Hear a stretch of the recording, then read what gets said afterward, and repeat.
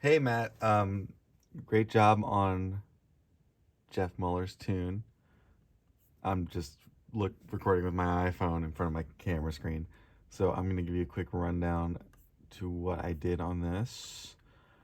Um, Hopefully it helps. First of all the tracks were recorded pretty well, so that helps a lot. Um, so I've been starting making templates more and more, mostly for routing. Um, so I start with a template that has this Pultec on. This is just stock logic, and it's got a little bit of bass boost at 60 and a little bit of treble boost at 10K. And that's like pretty standard for like a lot of mixers. Andrew Sheps and a lot of people do that. And then I have a mix bus compressor that's doing very light, um, almost nothing. And then I have a limiter, and I just um, start the mix with everything going to that because it's all going to go to that in the end, anyways. So also right now I've got my SonarWorks speaker correction software on, but I actually mix this only listening to the Slate uh, VSX headphones. So I actually didn't turn my speakers on at all for this mix, believe it or not. So weird. That's probably a first for me. All right, so drums first. Didn't do a lot to drums. So what I do now is I have a drum bus set up. So it's here on this on the left, and I start with a gain plugin, uh, mostly maybe to switch to mono, a correlation meter to check phase, an EQ, usually just dipping out like 35, and maybe a couple little dips at like 320 and 765. Not doing a lot. First module is this one's not doing anything. That's bypassed. There's a little bit of a boost at 10K, a little bit of boost at 7, a little boost at 60, and a compressor. Uh, let's see how much it's doing. Okay, so this is probably barely even hitting anything. Ugh. Yeah, it's not even doing anything. Okay, cool. And then I have the Soundtoys radiator that I sometimes use to get a little bit more grit. And then I have the um, Talkback limiter by Cornif Audio. Let's see how much it's doing here. Okay, but the mix is also almost all the way down. It's 16%. So it's not doing a lot. The black box for some saturation. And just so I'm doing a bunch of little subtle saturation on the drums, saturation and compression. So then there's another compressor, and it's, shaving off 2 to 3 dB with a fast attack and a slow, fairly release on 3. This is like Eric Valentine's drum bus kind of setting, 20 to 1. And then the newest thing I've been doing, which I saw a guy, Clay Blair, do on his drum bus, is add this Soothe plugin, and that kind of helps a lot of like resonance at like 2.5K. So actually, that's where, yeah, that's about where this bump is, about 3K. So with this plugin, you can press this button and hear what it's taking out, or kind of. So that's all that kind of harshness in the drums.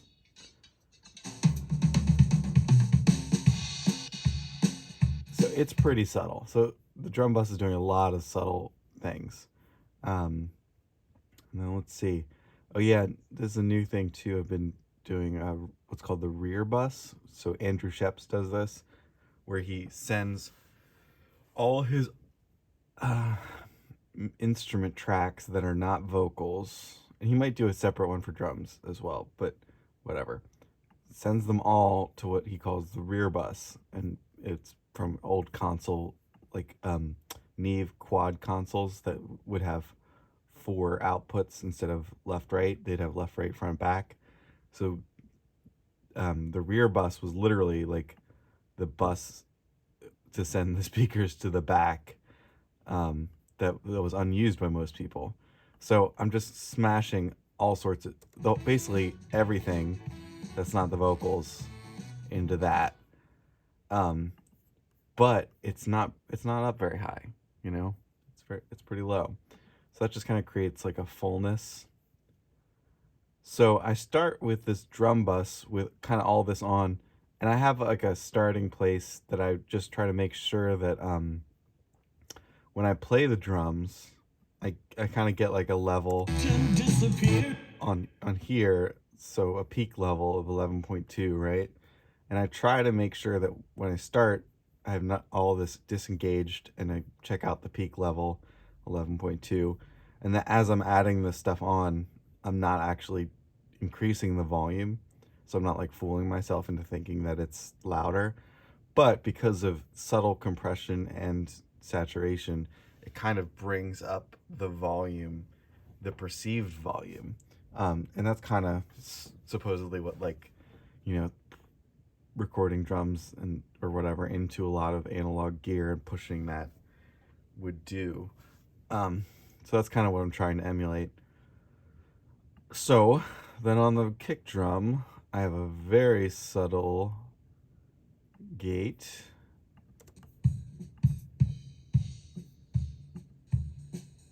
It's just kind of getting rid of the highs of everything else. Here's my EQ. I don't know why. This is, oh, you know what? This cut is where I think the bass was kind of speaking, and the kick drum and the bass were kind of, let's say like masking each other. So, and then I guess this is for a little bit more attack. All right.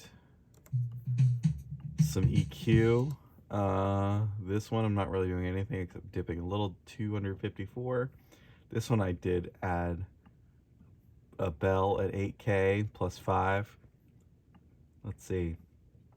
More 2.5 plus 5.7. That's it. And then some decapitator.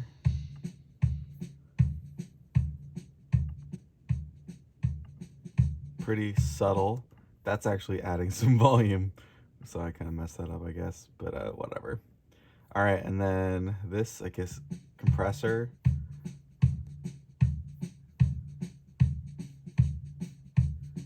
So it's only taken off like 2, and then at its loudest points about 3. And then these modules are actually not even active. So sometimes I just turn stuff on. I have these here ready to use, and then I engage them if I want them. So again, a roll off at like 34 hertz, a little dip at 110, I guess, fighting with the bass, and a little bit more kind of beater at 2500. So the snare top, I literally just did a mid cut at 450 hertz, minus 4 dB. That's all I did on the snare. But mind you, the snare is going through the drum bus. So, you know, this compressor, this saturator, this compressor, and that soothe are all affecting that snare. So, and also when I set up the drum bus and I run the audio through it, I kind of start pulling down the thresholds on these compressors, or this compressor, or blah, blah, blah, until the snare is kind of working on it. So, like I said, I've been doing a lot of template working on my own template, mostly just so I don't have to write in the same thing every time I'm doing a new song. So a lot of these tracks are empty. Overhead. And another big thing I've been trying to do is like not mixing in solo at all. Like just at all. I used to do that all the time, but all my favorite mixers say that is useless, and I totally agree. So some of these like don't actually sound very good right now. Like this overhead kind of sounds kind of shitty, but it sounds great in context. Um, Not the recording, just like you know, I I cut out some 65 hertz at 6 dB per octave, a little mid cut of 402 hertz, 2.8, a little bit of high cut of 14K, and then so this, yeah, I'm actually boosting 6.8K. That's kind of weird. And then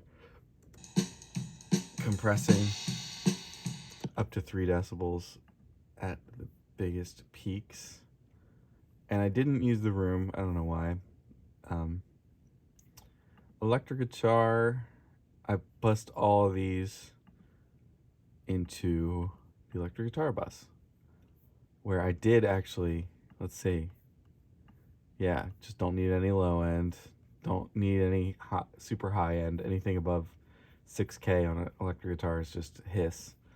And then this is actually to bring it up some body, cut some resonance, cut some harshness. And this was, I used this Kush compressor to kind of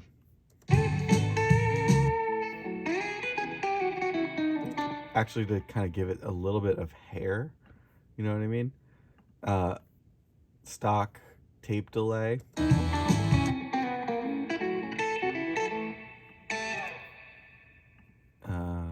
LA2A.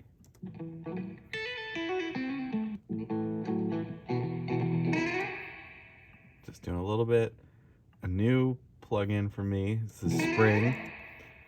It's like a Fender Twin Reverb Spring.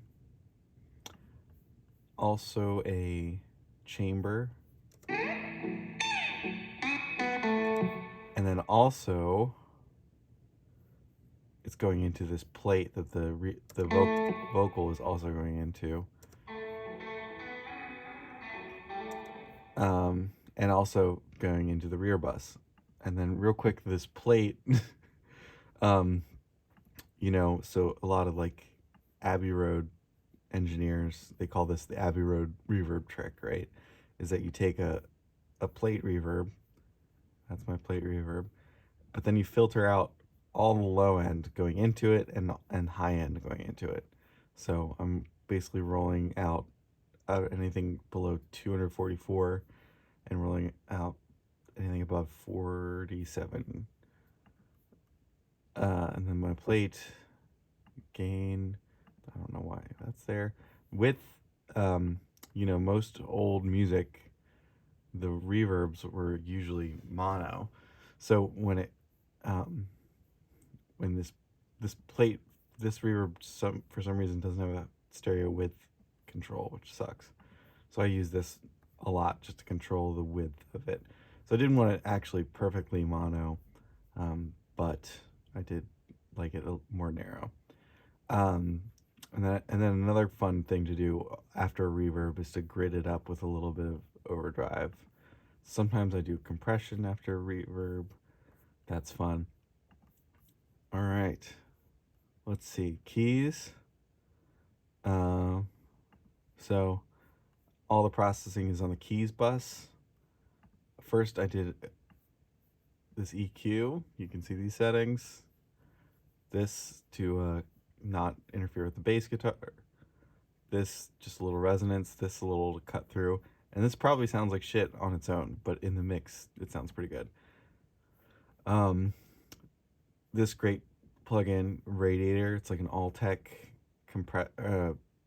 preamp kind of thing, but it's got a great treble and it's got some great drive to it. I kind of don't even want to play it because it probably sounds like garbage. This ambience setting is pretty useful. So yeah, I don't even know if this piano is a real piano or a like a plug-in, but sounds great. And then some overdrive. Horn bus. I got to do a new thing. So I routed all the like horns for the song into the horn bus, and then I had the horn solos into the solo bus. Not for any specific huge reason, but just these all worked together, and the solos all did their own thing. So for the horn bus, the new, let's see, added some low mids or mid range, some, let me say 333, 336, and dipped a little high end 3.9K. There's my reverb, small chamber, just to make it sound like it's in a classic room. Then here's my newest trick for that, because I've seen Eric Valentine use the S1 plugin a lot, so I finally got it, and it's really useful for like making things feel wide and get out of the way of the like center information. So I can't even explain what I did to this because I just started it. I moved like 2 sliders and I was like, cool, sounds great. But it really did the trick of moving the horns to the sides. Yeah, I can't believe how long I've delayed getting that plugin. Okay, so this is the tenor sax solo and the trumpet solo. The tenor sax, I used that Soothe again.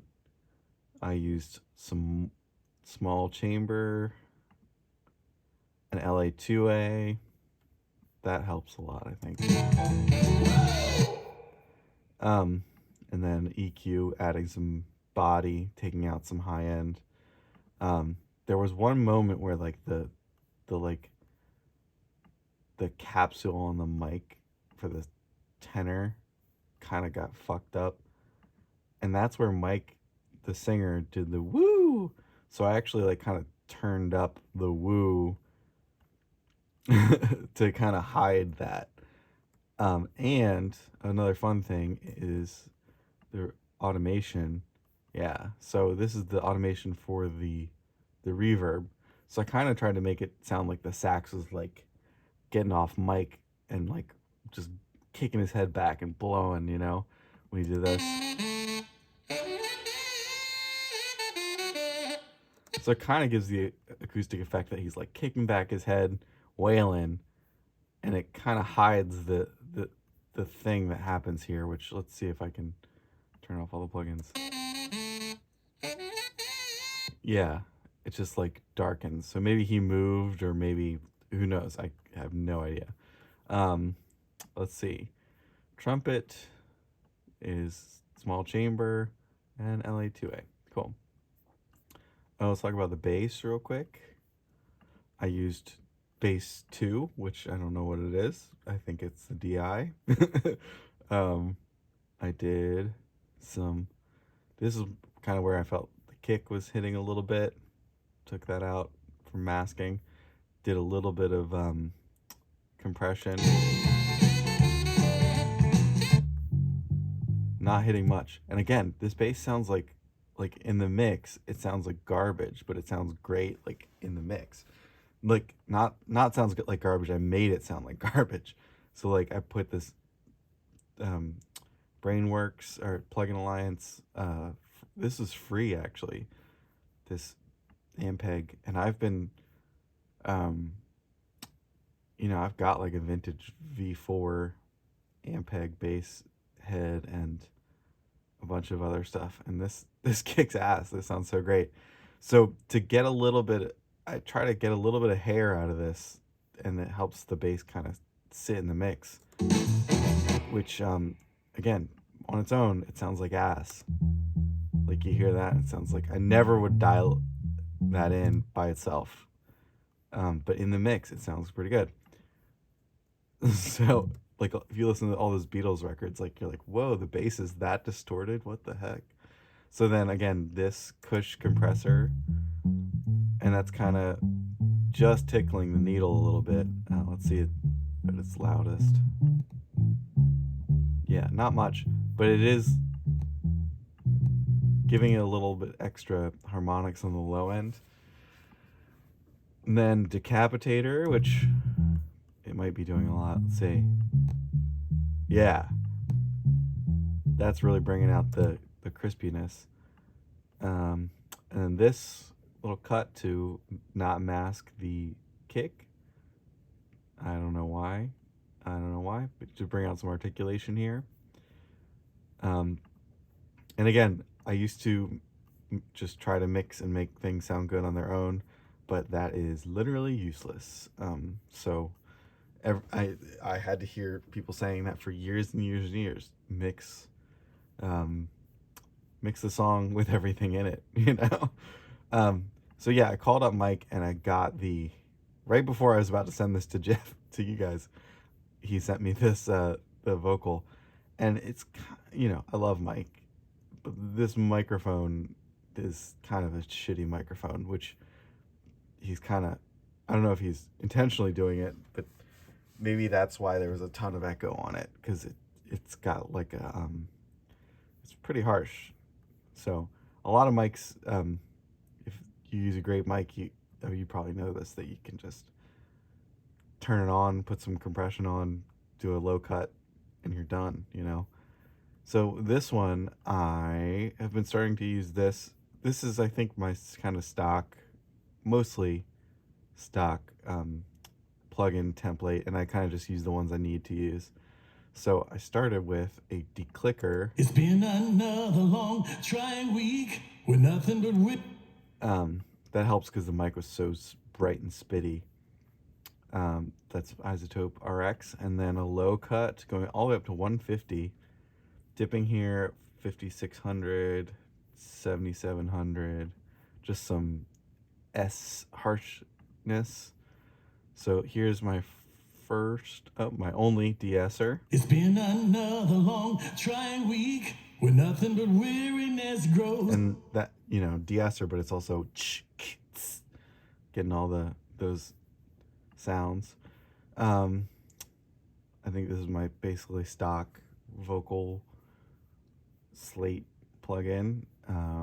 So a fast-ish 1176, and then an LA2A, and then a boost at 12K, a little bit at 100. Let's see how much they're working. I hop in the car and I drive her to the club. Then I grab her by the hand. We're walking through the front door when the drummer takes a stand. And I generally try to set this so that it's not doing a whole lot at the quietest. There's kind of no quiet in this song, I think. Let's see. Gain. I don't know why that's there. Multipressor. I don't. She would really love this band. Oh yeah, I saw someone doing this with the Fab Filter, which I used to have on a different computer. Kind of doing the high band as another de-esser. So it's just pulling that, just a different way of pulling down that harsh high end. Okay, and then here's the small chamber that I think that was also on the horns too. And then EQ, just dipping some middle stuff, boosting some stuff to fit in the track better. And then, let's see, sending to slap echo. That's not very loud.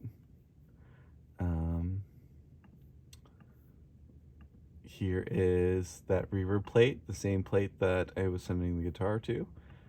And here is, Jeff asked for more reverb on the vocal. So here is, I just got this, the Abbey Road Chambers. And again, I'm pulling out a ton of EQ before the plugin. So all the way up to 780 and under 7650. And it sounds like shit on its own. So also another big thing I try to do with the vocal is make some pre-delay on the reverb so that the vocal sounds up front and then the reverb kind of comes in behind it. Yeah, that's probably it. And I guess in summary, yeah, it's really easy to mix good players captured well. You know, I think the thing that was captured the least well was probably Mike's vocal, unfortunately, which is kind of super important. I don't know if he tracked that vocal with you or at his own place. I have a feeling he tracked it by himself and sent it in. I think you mentioned that. So somebody needs to get Mike a better microphone. Get Mike a better mic. But yeah, everything else sounded great. The drums, I know I texted or emailed you like, hey, were there any tom tracks? And kind of as soon as I sent it, I went, you know, I don't think there needs to be any tom tracks because the drums were played really well and the toms come in the overhead track really well. So, and I think you played drums. So, good job. I guess I was just asking because that's pretty normal. But, you know, I think it's way more fun to have fewer microphones and just have the drums played better. that's way more rewarding, I think. So cool. I hope that was useful to you. Let me know if you have any more questions. I am not the end all be all, obviously, but thanks for letting me work on your song. Peace.